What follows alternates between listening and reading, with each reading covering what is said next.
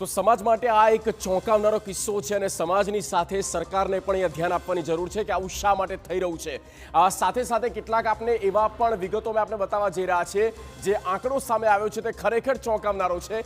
Big વોલમાં મેં આપણે વિગતો બતાવી, જુઓ સગીર વયમાં જ્યાં ગર્ભ ચોંકાવનારો રિપોર્ટ સામે આવ્યો છે અને તેની પાછળનું મુખ્ય કારણ છે બાળ વિવાહ। હજી પણ એવા ઘણા તાલુકાઓ ગામડાઓ છે જ્યાં બાળ વિવાહ થઈ રહ્યા છે અને તેને લઈને તેનું કોઈ નિરાકરણ આવતું નથી। આપણે એ વોલમાં કેટલીક વિગતો બતાવી રહ્યા છે। જુઓ સગીર વયમાં ગર્ભધારણ થઈ રહ્યો છે, જવાબદાર કોણ? એપ્રિલ 2025થી લઈને ડિસેમ્બર 2025 સુધીમાં જે આંકડો આવ્યો છે અને એ જ આંકડાના આધારે અત્યારે સૌ કોઈની આંખો પોળી થઈ ગઈ છે। 341 સગીરાઓ જે કિશોરાવસ્થામાં છે અને તેઓ પ્રેગ્નેન્ટ થઈ રહ્યા છે, ગર્ભવતી થઈ ગઈ છે। આ 341નો આંકડો ખરેખર ચોંકાવનારો છે।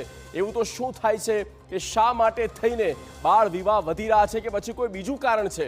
14 વર્ષની 2 દીકરીઓ અને 15 વર્ષની 34 દીકરીઓ કે જેઓ ગર્ભવતી થઈ, આ ખરેખર લાલબત્તી સમાન રેડ સિગ્નલ કહી શકાય।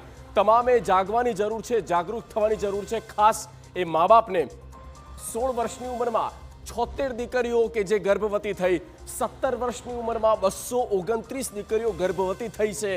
આ તેની પાછળના કારણો શું છે? આ મોટું કારણ એ છે કે બાળ વિવાહ થઈ રહ્યા છે। હજી પણ આ પ્રકારની જે કુમાનસિકતા છે તે આપણા સમાજની વચ્ચે ઘર કરી ગઈ છે। 13 થી 17 વર્ષની કુલ 341 કિશોરીઓ, આ જ આંકડો એ ખરેખર હચમચાવી દે તેવો છે અને હૃદયનો ધબકારો છૂટી જાય તેવી આ ઘટના, આ આંકડો।